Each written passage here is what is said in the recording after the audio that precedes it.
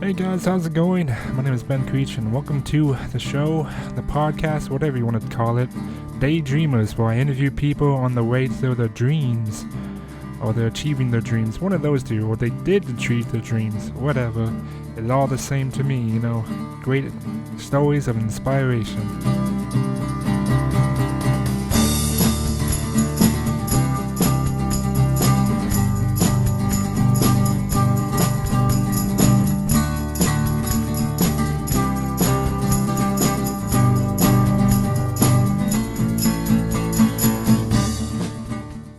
Today I am joined with lead singer guitars of Radio War, Kaarthik Tharmiya.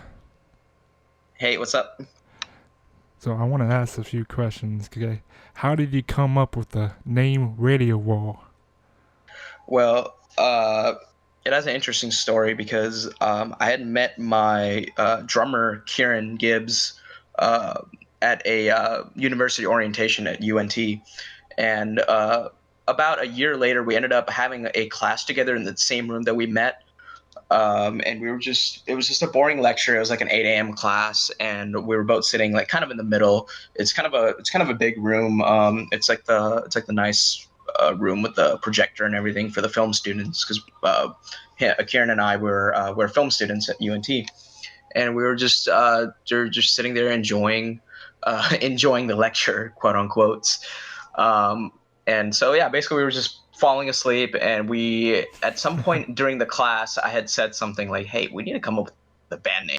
And about like a couple minutes later, the professor, he's just going through the slides, and he switches slides, and this is actually a radio broadcast kind of class, so he's talking about like radio and stuff mostly. And on the screen it said "The Radio War," but it was spelled like "The Radio WAR." And we looked at that and we were like, that's kind of really cool. And then it just kind of stuck there. And then during a practice, we were just messing around with it, and we were trying to make sure that this hasn't been taken yet. WAR.com had been taken. There was already a Bandcamp underneath that too, and there was a Facebook page with like a couple thousand likes and stuff. And we were like, they look really inactive right now, so I think we can take the name, but we can take it like a little different direction, and we kind of changed the spelling a little bit just to make it more eye-catching. Yeah.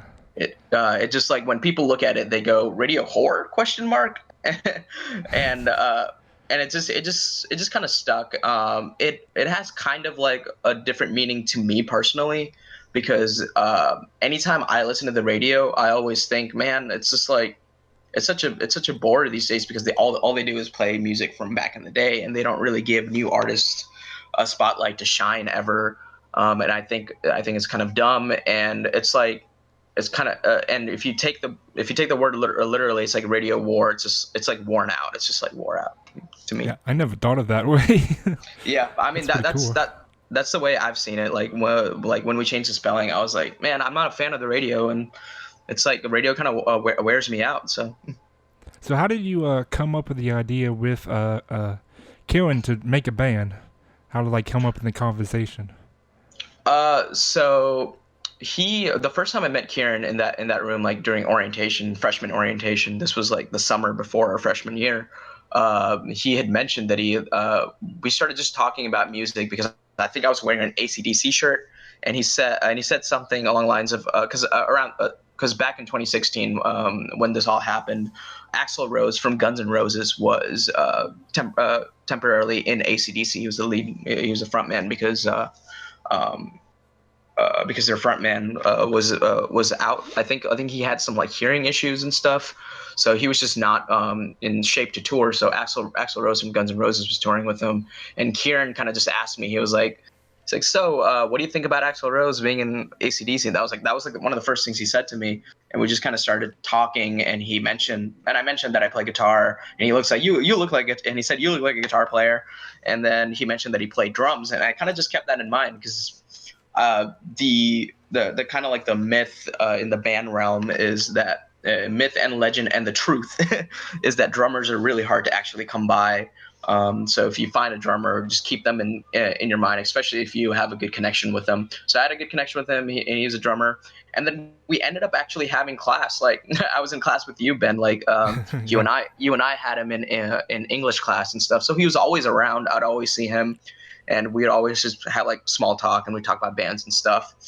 And then the summer of 2017, so a year after I'd met him, I was back home in Houston and I was just writing songs. I was getting more serious about recording demos and stuff. So I taught myself how to record demos to like a click track and just really use music and audio editing software. And as I was doing that, I came up with some cool ideas. I actually came up with the song "Why Bother" that summer that my band eventually put out and made a music video for. And I was just like, I need some people to like jam these songs with me once I get back to university. And I knew Kieran was the Kieran was a drummer, so I literally just picked up the phone and I had his number. So I literally just called him on a random day, and then he goes, "Hey man, what's up? Nice to hear from you." And I was like, "Hey, yeah, nice to hear from you too, man." I was like, and then I said, I have a proposition for you. So I really want to start a band. I've been wanting to start a band forever. I would love it if you try out on drums, like if you'd be my drummer. And he was like, yeah, man, like I'm totally down. And he was just completely caught off guard. And the only thing that we needed next was like a bass player, because I'm really into three-piece bands because I'm really inspired by people like Jimi Hendrix, who was a trio. Even Stevie Ray Vaughan started out as a trio before he got his like keyboard player and stuff. So it's just like starting out as a trio and then expanding is a common thing that bands do, and we're kind of in that position right now. So we started out as a trio, and I think we're going to expand soon. So talk about your first bass player. Oh yeah, so Zach Murray was our first bassist, and he is a good he was a good friend. He's good friends with Kieran from high school, and they were in a band briefly in high school, so that's how they got acquainted. And I had actually met Zach a couple like 5 or 6 months prior to me asking Kieran to join with radio work, because Kieran and I had just hung out for the first time, and he was like, "Hey, you should meet my buddy Zach." And I was like, "Yeah, sure." And I went over to Zach's place, and we just kind of had fun. We jammed a little bit. We talked about music. And I didn't really know he was a bassist at this point. I thought he was just a guitar player. And he was interested in being in a project with me. He was like, "Yeah, man, you seem really cool. Let's do something at some point." I'm like, "Yeah, for sure." And so like when we were looking for a bassist, I didn't really think of him at all. And then Kieran goes, Zach has played bass for a long time, right? And I was like, "Oh, wow, I had no idea." So we kind of just put together a rehearsal. Zach had actually texted me too, because I think we had exchanged numbers when we met. He was like, "So I heard you're trying to do something. Like, I'd love to play bass." And I was like, "Okay, let's give it a shot. Let's do it." And we had a rehearsal, and everything really clicked. And I was like, "I think these are my guys." And we started playing, and yeah, the rest is kind of history at the moment. Wow, big legend was born there. Big legends. So talk about how your first year went in terms of creativity with working with Cohen and Zach. Well, the first year, I think it took us a whole year to get like really acquainted as players, and as a band, because at the beginning, looking back on it, I used to think, man, we're not bad for for just like a band that just started. But looking back on it, like we had a lot of work that went into where we to come to where we are now. If you look at a performance from like at the beginning of 2018, and then you look at a performance from the beginning of 2019, there's a huge difference. So I think like that whole year, and then recording an album with the guys really helped, because it kind of really showed me, because I would constantly hear what they did, and it kind of made me familiar with their styles. That and just doing it all like over and over, like the amount that Kieran had improved, the amount Zach had improved, I could see. I was like, wow, they're becoming better players as we keep doing this. And I think also that first year we kind of figured out our style and our presence, and all we wanted to do after we recorded that first record was improve on that, kind of take it in a unique and different direction, kind of do something that hasn't been done, but also stay true to our blues and hard rock roots.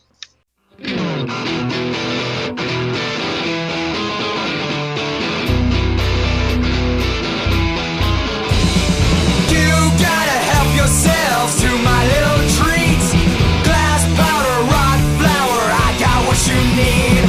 Blow your money, little honey, to the devil's deeds. You've gotta let me help you off your pretty feet, mama.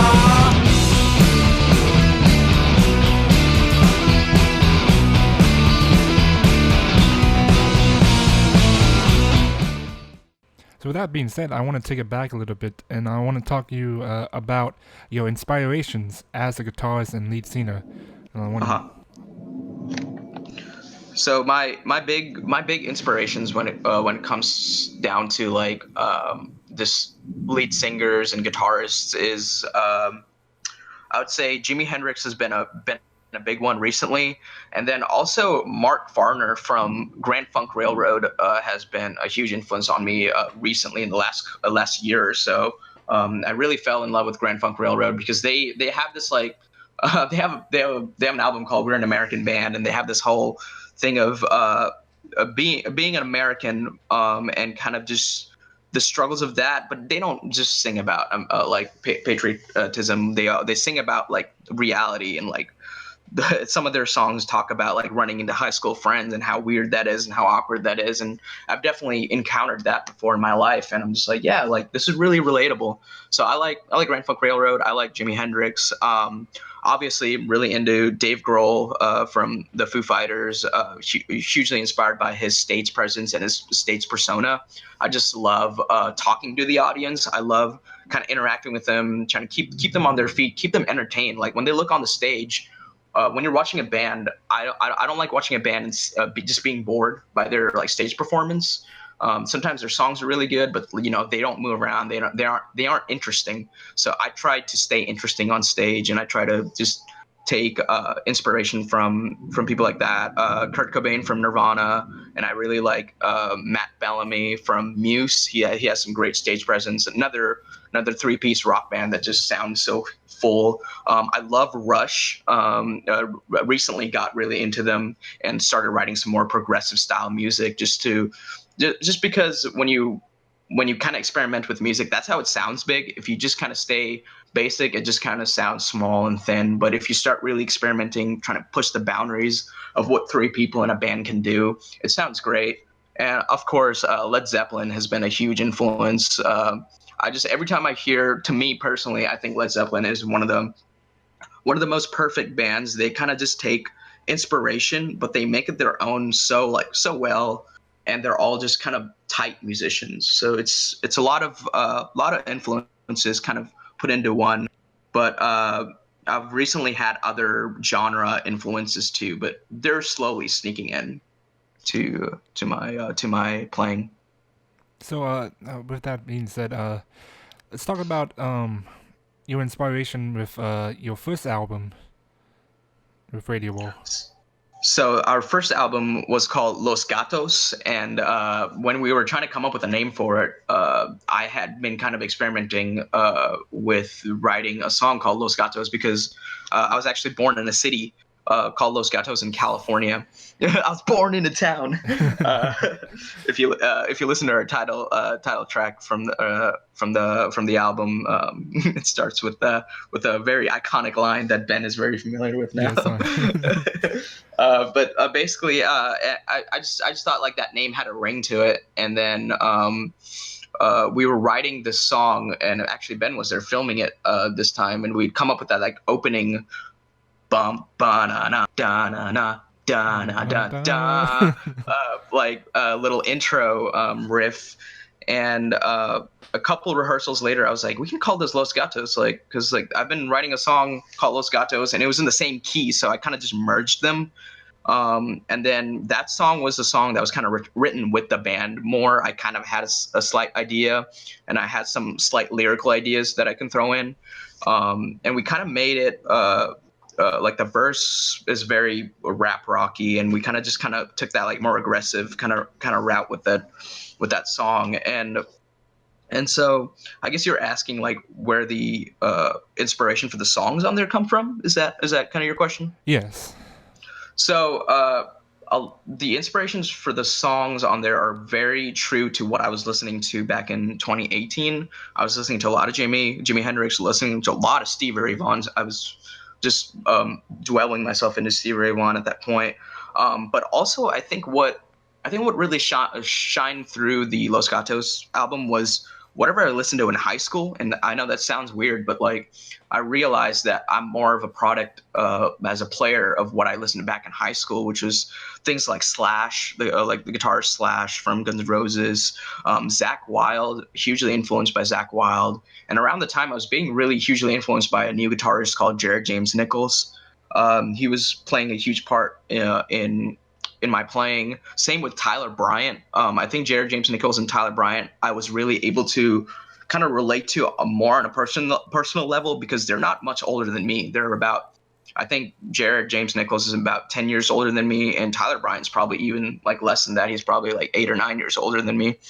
And so I saw these like young guys just kicking ass, doing hard rock music, and I'm like, that's what needs to be like. That's what I kind of want to do. I want to just be like a new face in rock and roll, and kind of just take this kind of art form that's being lost, but also kind of coming. It's making a big comeback because people are really craving live music and raw talent, and so it's something that's appealing to a lot of people. And I saw these young guys doing it, and I was really influenced by them. And a lot of their songs I took influence from. Also, Rival Sons, a new rock band.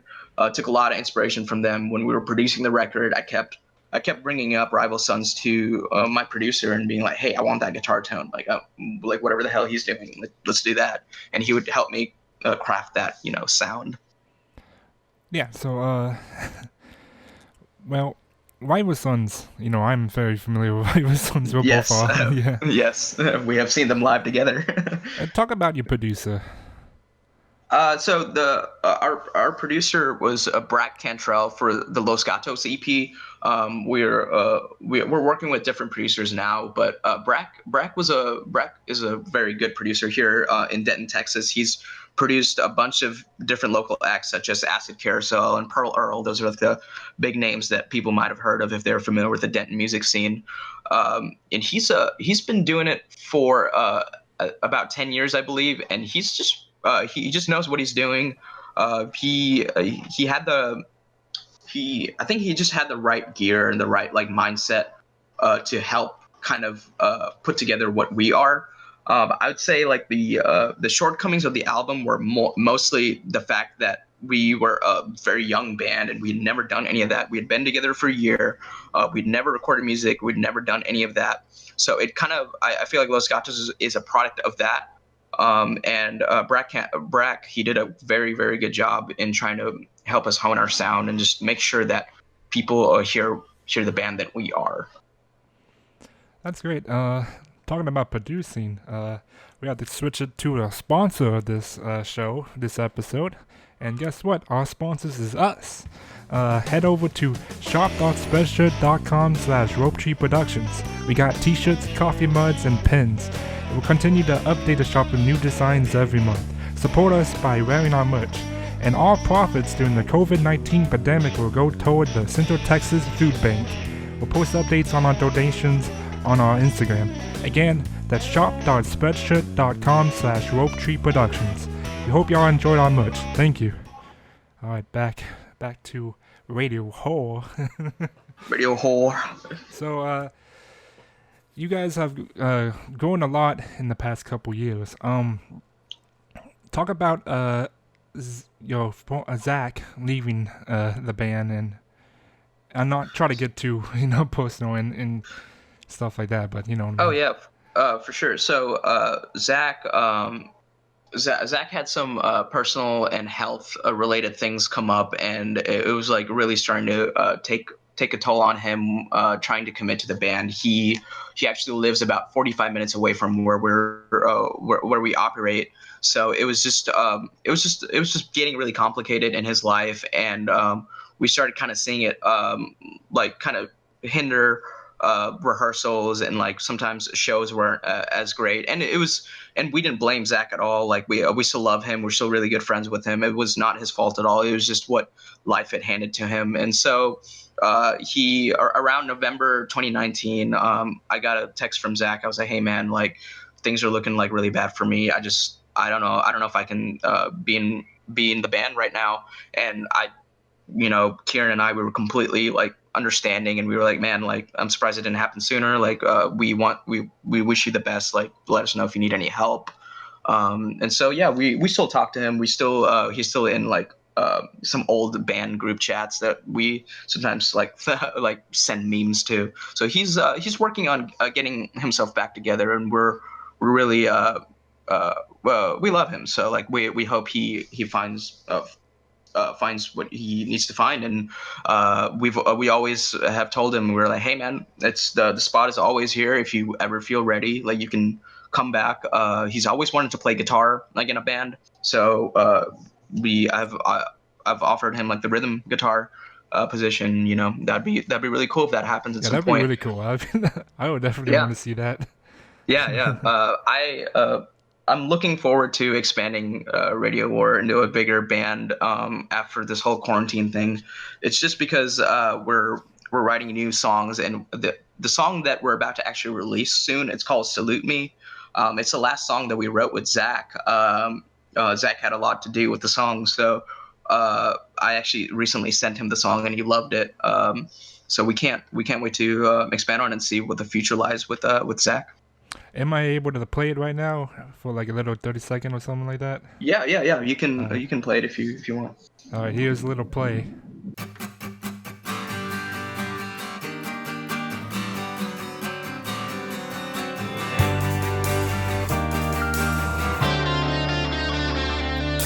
Stranger, won't you salute me? Jump the gun and bring us some joy. Whispered a few pleasant stories. That's when it all came undone. Let the light wash away your memory. And that is Radio War's new song, Salute Me. Alright, so talk about Zach's replacement for now. Or foreseeable future. So so my buddy Jonah Trackman, I have been in a band with him since summer 2019. I had actually met Jonah back at a Radio War gig back in 2018. I'd met Jonah and his friend Ben Gerber, and we started really like vibing. And I remember when we first met, they went on right before us too, and they played a lot of like bluesy, like rock music, and I was just like, wow, there's guys my age doing this as well. And so I got to know them. I got their numbers and stuff, and we kept slightly in touch, and we ended up actually playing our Los Gatos EP release show at Jonah Trackman's house. He has a house venue, and we ended up doing the album release there. We just became really good friends. And then Ben Gerber was trying to start a band, a psychedelic like rock band. So Jonah plays guitar, but he's also a bassist. And so I ended up joining a band with him on guitar, and I was on guitars as well. And it was just this 5-piece like psychedelic blues rock band. Based around the songs that Ben Gerber had written. And so, that was my connection to Jonah. And then when the time came for Zach to depart with us, I knew that Jonah played bass, and he was also can accompany me with vocally and stuff, and he's a great writer. So I just asked him, I was like, yeah, man, I know you're in a bunch of projects, but would you want to be the bassist of Radio War? And he'd always like kind of expressed interest in Radio War just because he liked the whole 3-piece band aspect of it too. So he was really excited to join, and he's been great. He played bass on the new track, so sounds good. Yeah, it does sound good. So I do want to talk about, because you joined a couple bands other than Radio War, so you want to talk about that? Yes, that's true. So summer 2019, I was just jamming with Jonah and Ben Gerber. Like we were just we were just jamming, and it ended up becoming a band. I was like, oh wow, I guess I'm joining a second band. We never were like, hey, they never asked me to, hey, do you want to be in my band? It just kind of happened, you know. We were just jamming, and we were like, I kind of like this. This is a good vibe. And then I was actually playing a show with Jonah and Ben, and that band is called Peyote Peasants, because we just wanted to give it a kind of psychedelia kind of name to it. So we were playing the show as Peyote Peasants at this venue, and there just happened to be Ethan Bouchard, who is the frontman of Strongwork, and I had seen Strongwork at that point, and they were just a 3-piece band, but Strongwork's rhythm section is who like I was super interested in. Ethan was like super captivating, and he's a great frontman, great writer, but their rhythm section, they reminded me of just Rush. I was just like, that's Geddy Lee and fucking Neil Peart right there. And so I was really interested. I was like, wow, these guys are awesome. I'd love to jam with them at some point. And so I got to kind of know them. And we just kind of got acquainted a little bit. But so Ethan was at this Peyote Peasant show, and he was looking for a lead guitarist. And I remember when I first saw Strongwork as this 3-piece band, and Ethan was just playing acoustic guitar and singing. I was like, man, they could really use electric guitar. Like the acoustic guitar is cool. They could keep that there, but they definitely need a guitar player, is what I had thought. And so after this show, I was just chilling at the bar, and Ethan comes up to me and he goes, hey man, I know we've only like talked a few times. I don't really know you, but I would love for you to try out for my band. And I was like, oh wow, here we go. I'm getting offered a third band. I thought that balancing 2 bands was going to be kind of crazy, but I got this offer, and I remembered, I was like, yeah, John and Jonah are in this band. Jonah this is a different Jonah. He's a drummer. And I was like, wow, those guys are in this band. Ethan's a cool guy. So yeah, let me try it out. And so I showed up to rehearsal, and there was another member there too. And I was like, oh wow, okay, what's going on? And then I realized he was playing keys and playing a saxophone, and I was like, oh wow, this is legit. This is like this is like a big band. This is gonna sound huge. And so Ethan just handed me some chord charts, and I looked at them, and he was like, try to keep up. I was like, okay. And they started playing, and I was able to keep up pretty well. Like, I'd never really done that at that point. I'd mostly just been playing my own music, and even the stuff that Ben had showed me, I could just catch along because it was more in my style. But the stuff that Ethan writes, it's more hip hoppy and it's more rhythmic. So it's definitely like a different style. And I was glad I was able to keep up. And they really liked my presence. They really liked my style and sound. So they were like, hey man, like, yeah, would love to see you again at rehearsal if you want to be part of this. And I was just like, this is awesome. I get to be in a band with John and Jonah. And now Matt from the Wee Beasties. He's an amazing keyboardist and saxophone player. And I get to play some kick-ass songs. So I was just like, let's do it. My senior year of college is going to be crazy now. And I went for it. It's even crazy now with the COVID-19 pandemic. Yeah, it's crazy because we were on a good roll. All the bands were doing really good. But COVID-19 has really put us like kind of stop on it.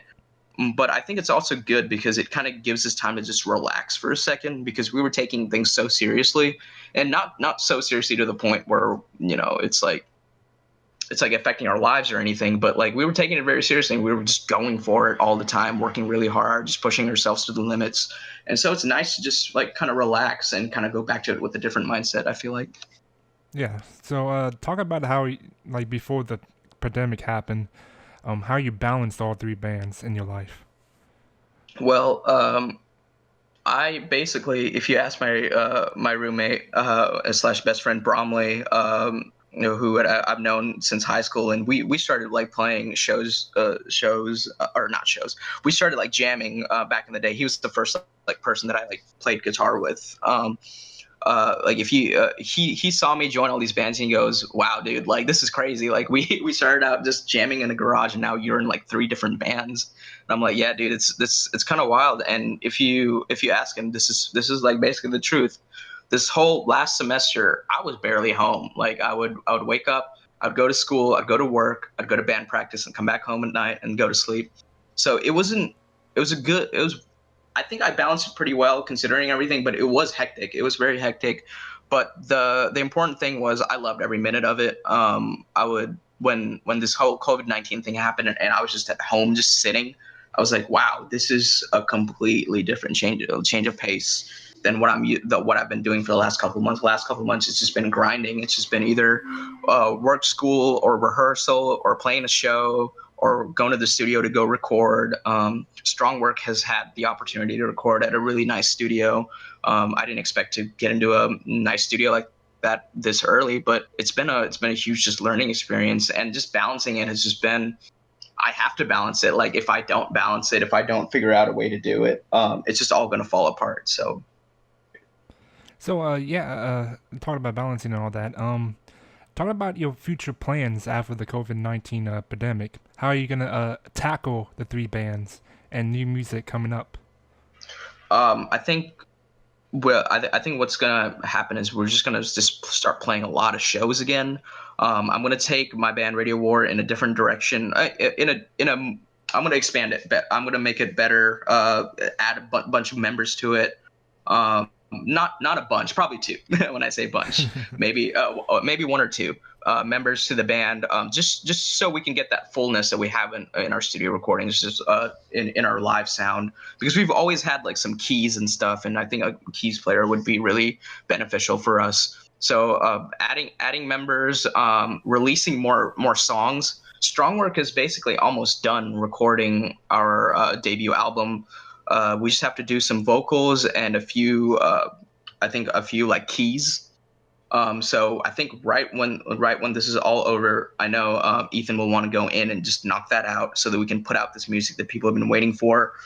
Strong Work has a pretty good local fan base that have been that have been wanting Ethan to release music for a while, because Ethan's been doing this for 5-6 years. So these songs are really familiar to people, and they just want to hear it recorded well and sounding good.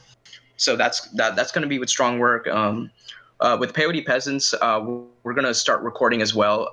We've gotten mostly positive responses. Like every time we play, people really like our sound, just because it reminds them of like the Rolling Stones or Led Zeppelin. It's just very, very psychedelic rock, very, very 60s, 70s.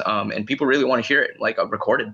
And Ben has a great voice. He sounds very classic rock. So we're excited to get that out there. Yeah. So well, you basically talked about everything so far. Let's bring it back to Radio War real quick. So talk about, let's say, Los Gatos album, and talk about the process that you did with Kieran and Zach. The process for Los Gatos was pretty straightforward. We had these 6 songs that we were wanting to just get recorded, and what we did was we got just really tight, and we would play while we were recording it. What we did was we live tracked it, which means all 3 of us just so we were recorded in our producer's house basically, and we were all just set up in his living room, just far apart just from each other, so there's no like noise bleed or anything. And we just played the songs. We didn't have a click. We didn't have anything. We just kind of just live played them as a 3-piece. And then later on, I went back in, added vocals, added extra guitars, added keys, extra harmonies, and all that stuff. That was the process of it. It was very rock and roll. It was very like raw. That's just the way I like recording. Very inspired by old school bands and the thought process of Dave Grohl, where it's like, I want to hear the real band. I want to hear the person. I don't want any extra autotune, any extra like time dilation, none of that stuff. It's just raw, you know. Yeah. What is your favorite song of the album? That's a hard one. It kind of changes. I kind of have a love-hate relationship with that album, because I look back on it and the musician I am now, the musician I was then, I wish I would have done some things differently on the album. But I think personally, I I really enjoy playing Why Bother. At first, we didn't really like that song, but I really enjoy playing it because it's our like really emotional one. It's like that raw one that people can relate to, kind of just like it's just like an angry lashing out song at the government, and who doesn't like that? Yeah. So, yeah, you have your first EP for Radio Roll on Spotify, is that correct? Yes, that is correct. And also It's on Spotify and on all streaming services. Is it also on Bandcamp or Yes, Bandcamp? it's on Bandcamp. Let's see. It's also on YouTube. You can find a YouTube playlist of it on YouTube. That's But good. yeah. Yeah. Anything else And you want to add? you might hear us on 97.1 The Eagle here in Dallas, Texas. Every now and then on Sundays during local night, local night only. So there's a 1 hour segment from 11 p.m. to 12 a.m. on Sunday nights where they play local music, and we've had the opportunity to be featured on there a couple times, and I believe that our new song will be on there very soon as well. Ooh, that's awesome. I'm looking forward to that. Yes. You can also listen to that if you're outside of the area on iHeartRadio and their website. Yes, this is true. All right, anything else you want to add? I think that covers it all. Well, that's awesome. Thanks for coming on to the show, Daydreamers. It was really nice Of course. pleasure to have you. Of course. I'm going to list all the social media links from all your bands, radio especially. Everything's going to be down in the description below, so look for that. And I look forward to awesome music from you in the future. Yes, of course. All right, you guys take care.